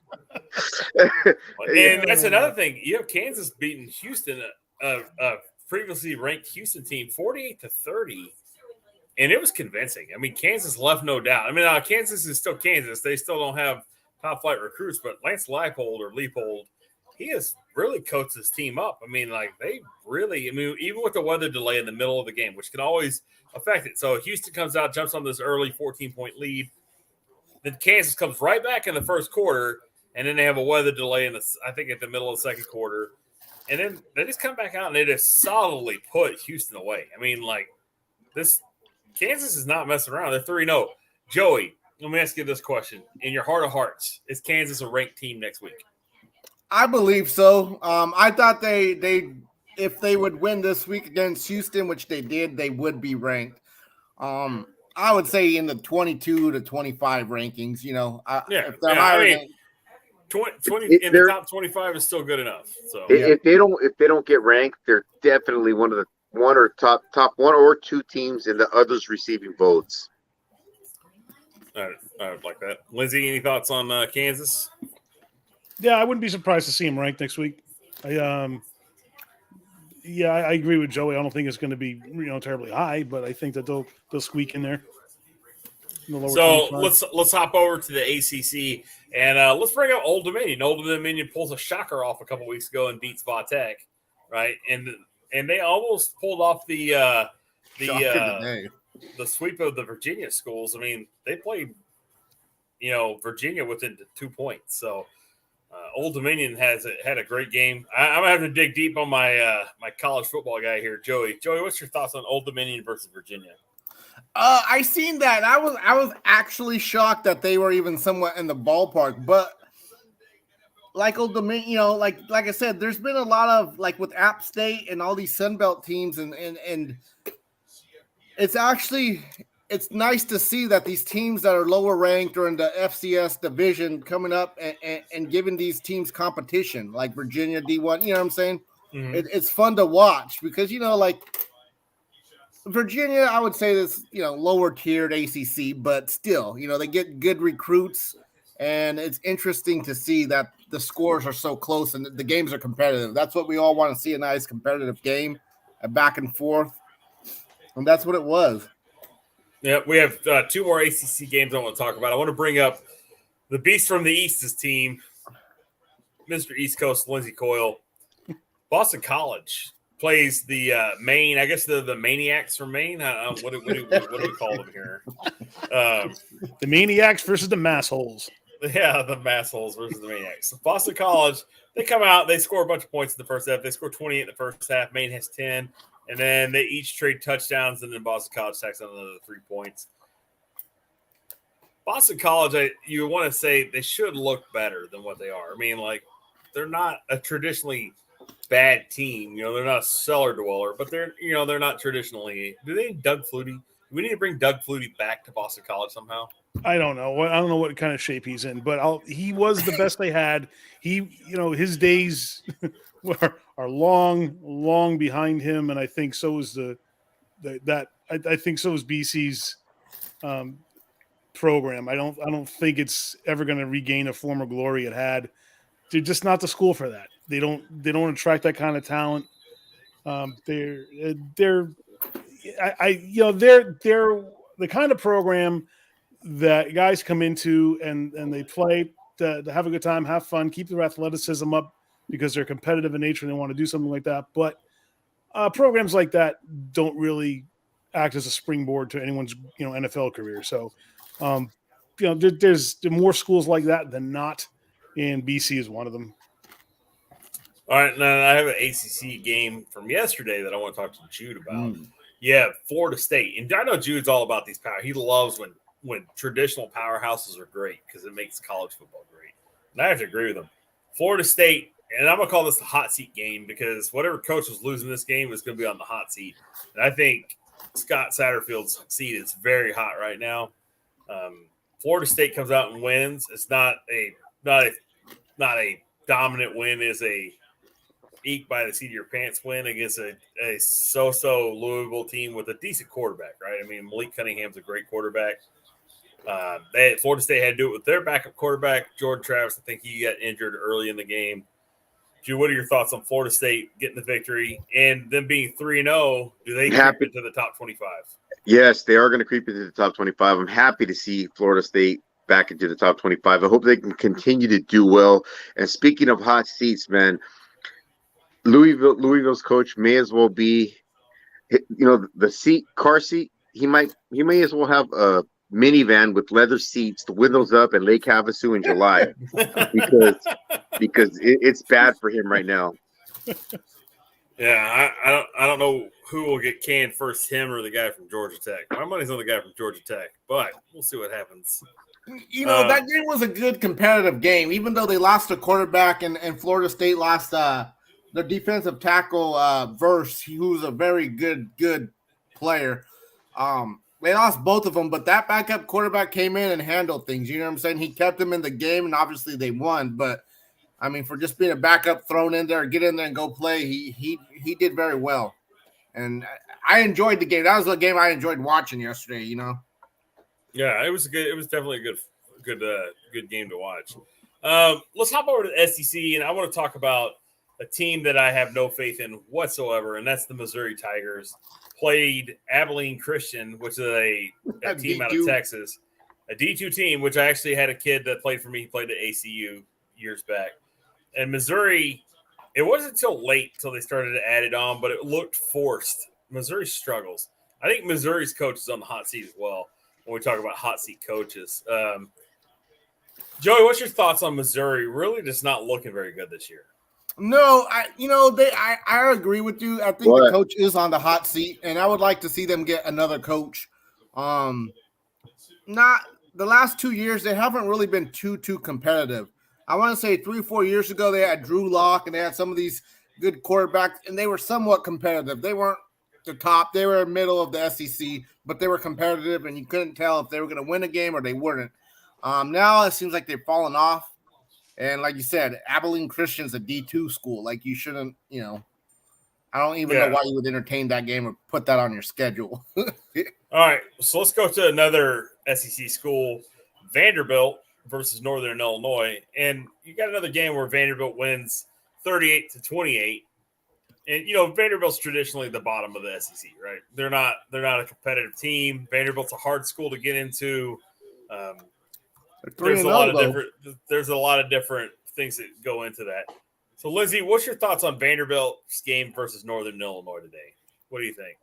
I think they did a fine job. They're nothing to brag about right now. I think that this early in the year, schools like that tend to vacillate a bit from week to week, and we'll have to see how this pans out for them. But hey, a win's a win, and they won handily over NIU, so you got to give it to them this week at least. Do they win next week against Alabama? I think there was a Jay Cutler sighting during that game. Jay Cutler sighting, smoking Jay Cutler. All right, let's hop over to the mighty Sun Belt. Let's talk about UCLA eking out a win against South Alabama, and they had to score some points in the fourth quarter to make this happen. Joey, what do you think? What's your thoughts on UCLA just eking out a win against South Alabama? They should have lost, honestly. South Alabama, they had that game won. They were up by, was it 2, I believe? And they were driving the ball down, and what did they do? They punted it away or something, and they just needed like a yard. It was something like that where they needed a yard or two. And UCLA grabbed it and went down and kicked a field goal at the end of the game. So honestly, they should have lost if they, South Alabama just sort of screwed up at the end and lost. That was the one game with everything I had going on today that I was able to listen to a little bit of on the radio, and I heard the end of it. And my son and I, on the way home from the trampoline park to get ready to come do the live stream and come to my brother's house, if you would have heard their players getting interviewed after the game, you would have thought they just beat an undefeated SC team. It was kind of embarrassing, if you ask me. I mean, I know a win's a win; you'll take them where you can get them. But man, I felt embarrassed for them for how excited they were to win that game. Yep. All right, let's talk about another great game. We're going to call this the Doug Schmidt pick of the week here. App State's last-second Hail Mary game-winning touchdown versus Troy. Lindsay, what do you think of this game? It was the only game I really wished I watched. I mean, that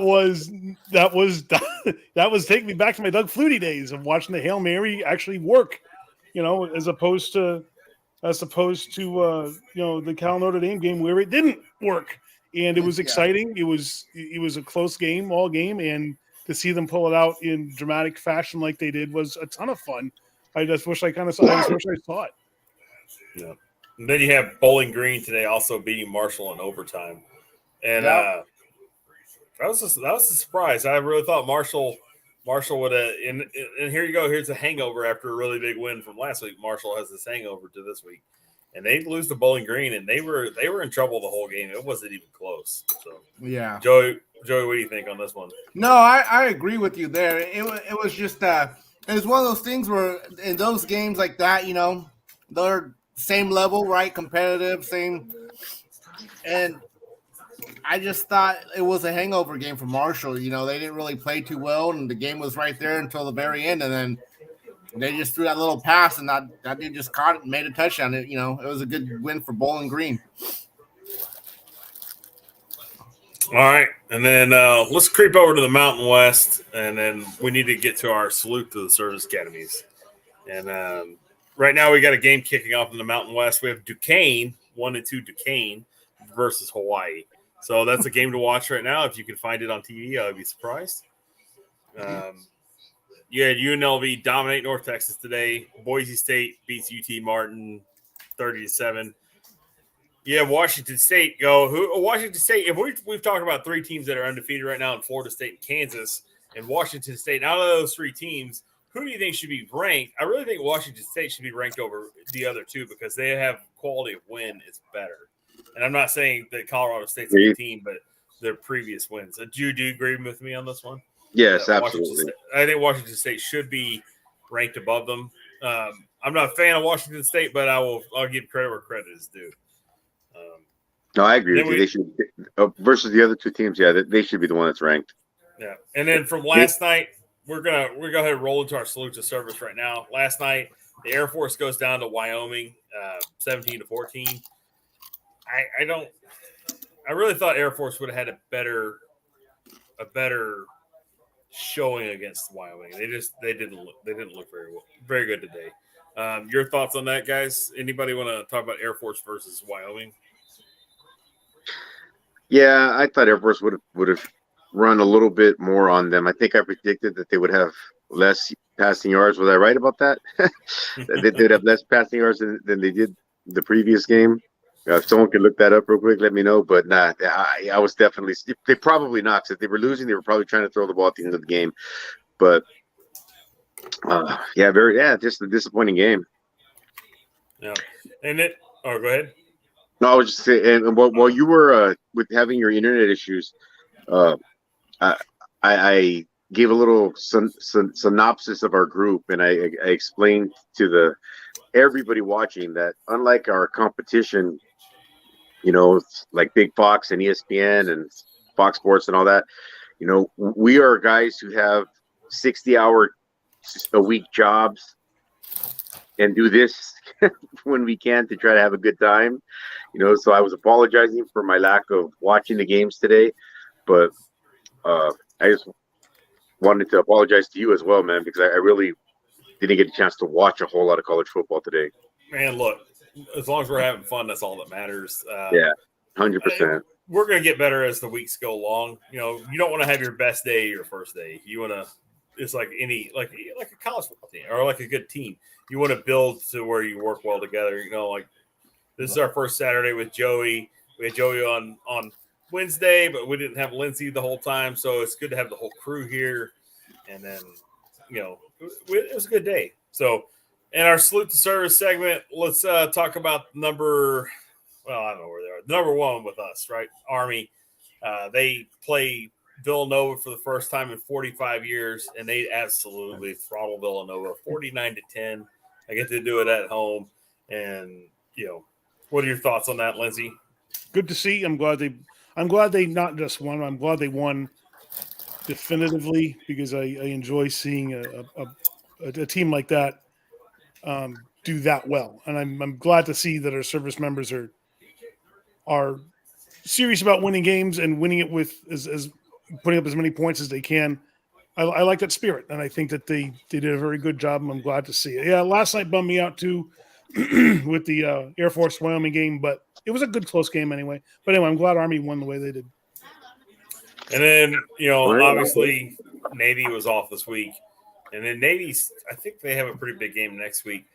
Like I said, in our house, we cheer for Navy. My son's going to be in the Marines. So, the Marine Corps is obviously a department of the Navy, as my son would say, the men's department. And but we do cheer for Navy.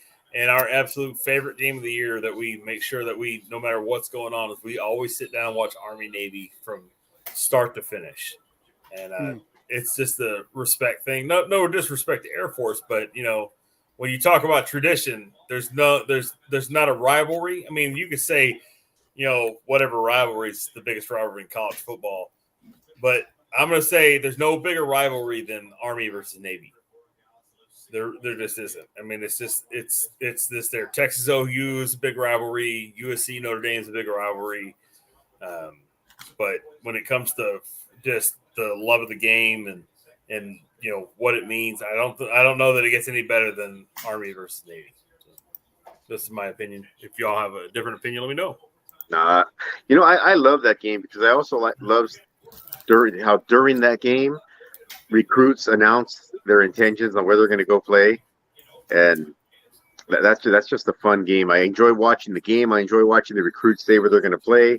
It's just a fun few hours, that Heisman weekend. Yep. All right. So, anybody got anything else to talk about? Oh, it's free. It's a free forum here.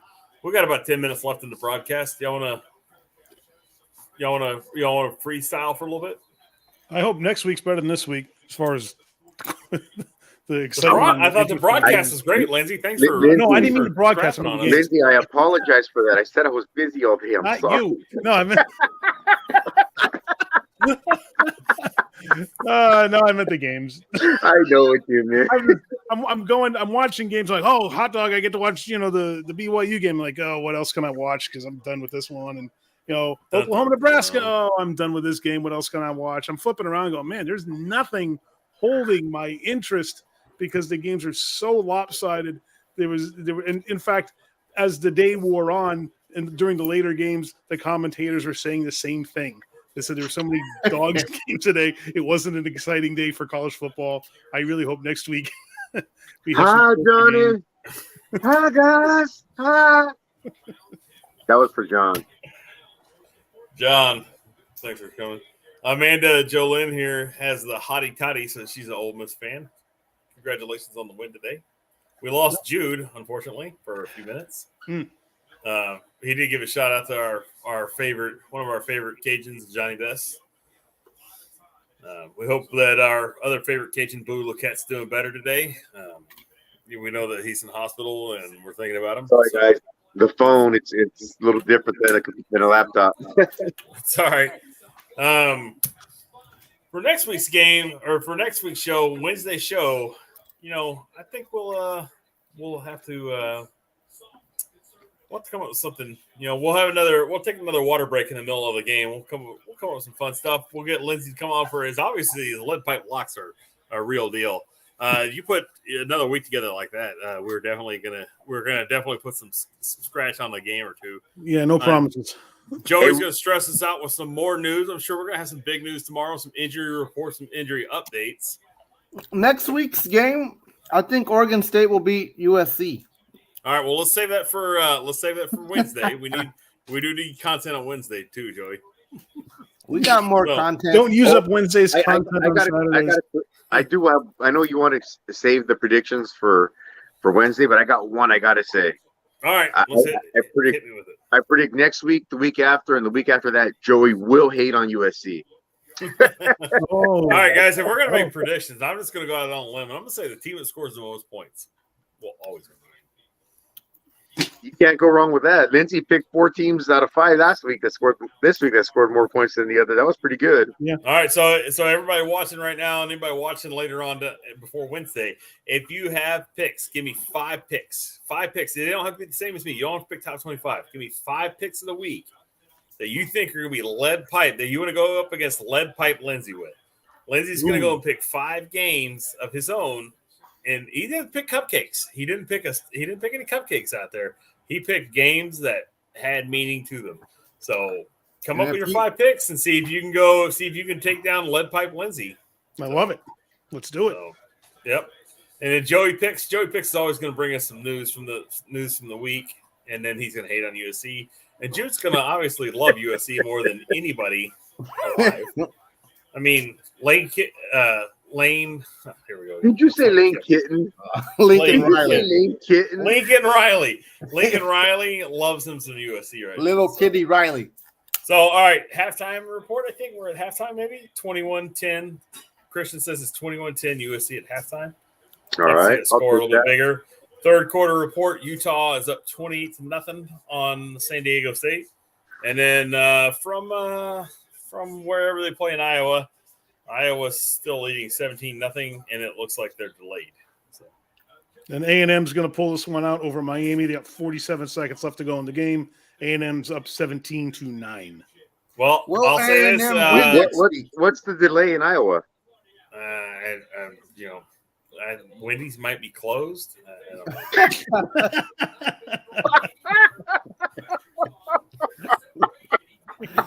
Oh man! Wow. Hey, Kat. We'll have to get it. Kaz, what do you think about A&M and Arkansas next week? Pig suey, baby. Pig suey. Hey, let's save that for Wednesday, though. Let's save that for Wednesday. All right. I'll tell you what. I will give you this promise. I'm going to go and dive into this Arkansas A&M game, and I'm going to give you my best opinion of what I think is going to happen. So I'm going to really put some food to thought on that one. Right now, from what I'm seeing from Texas A&M, I don't like what I'm seeing.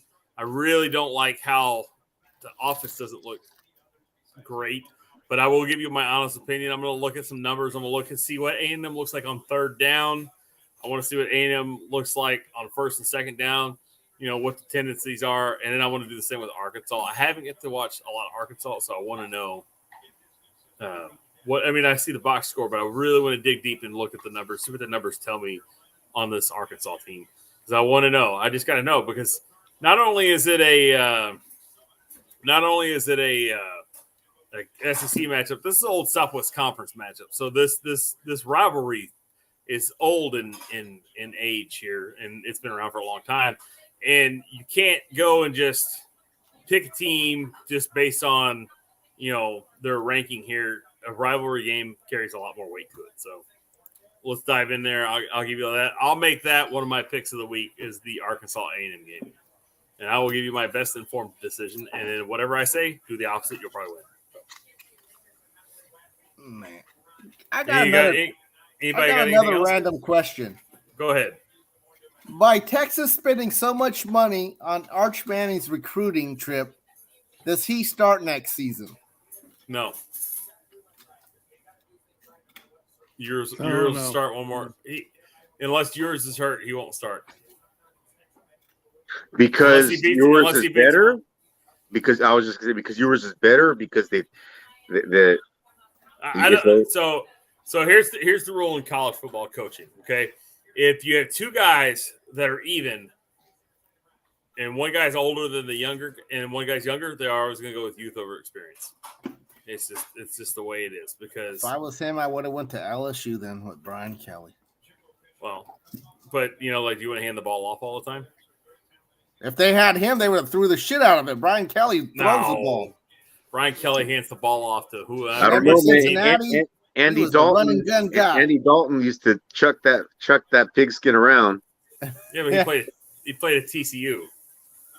Oh, I said Andy Dalton. I didn't mean Andy Dalton. I meant I said the wrong name. There's that he's got the Italian name, but he looks like Andy Dalton.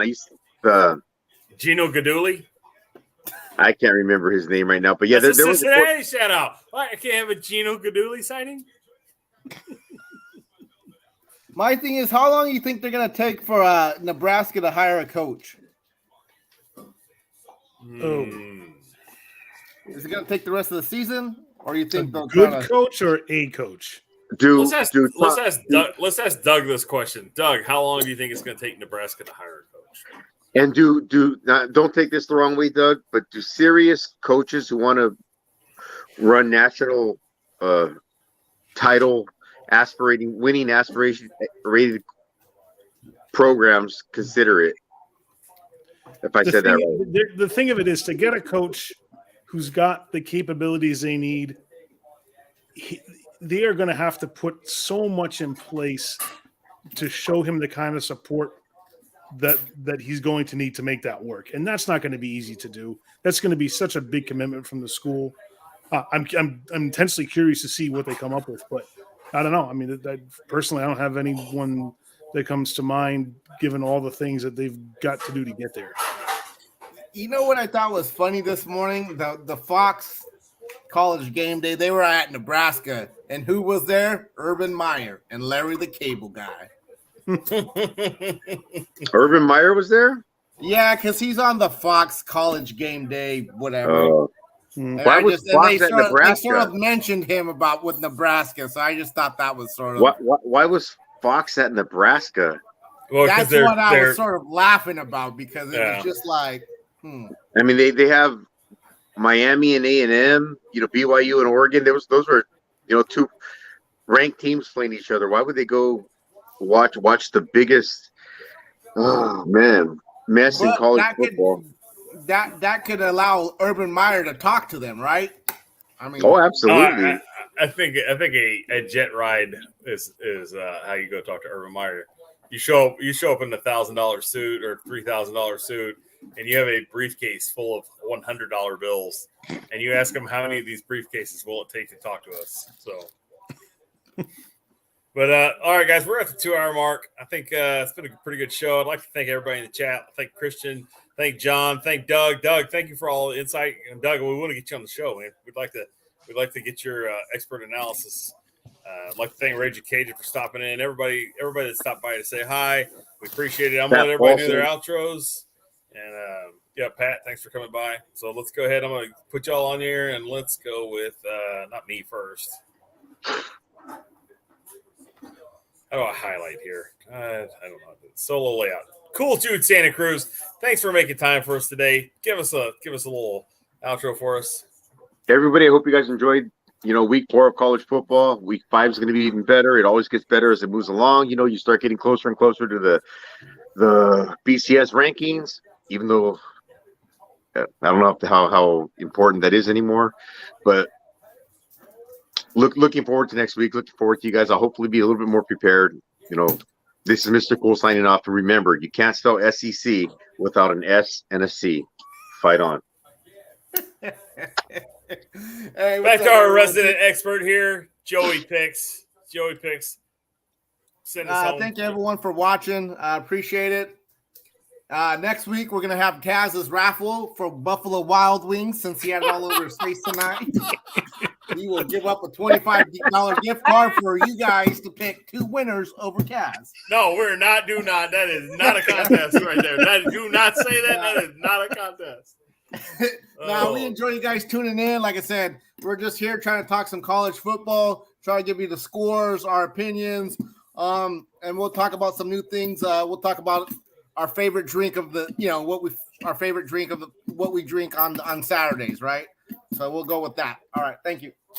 All right, Joey Picks out. Beast from the East. Hit us with some knowledge. Send us home. Well, speaking for the other guys, I want to tell you that we do appreciate you watching and getting involved in the chat and sending us information and keep us apprised of what the games are doing. It's fun. It's getting more fun. So please do tell your friends, and let's grow this channel into something even better than what it is now. We may not be the smartest analysts. We're certainly not the best looking, but this is one very well-paced show. I don't know. Kaz looks like Brady Quinn over there. All right. I'd like to thank everybody for dropping in and saying hi. Come checking us out. We appreciate it. Remember, Wednesdays, we're going to be on at 9:15 Central Standard Time, Saturdays at 9:30. And from all of us at the Wide Right CFB, remember, the team that scores the most points always wins the game. Thanks for watching.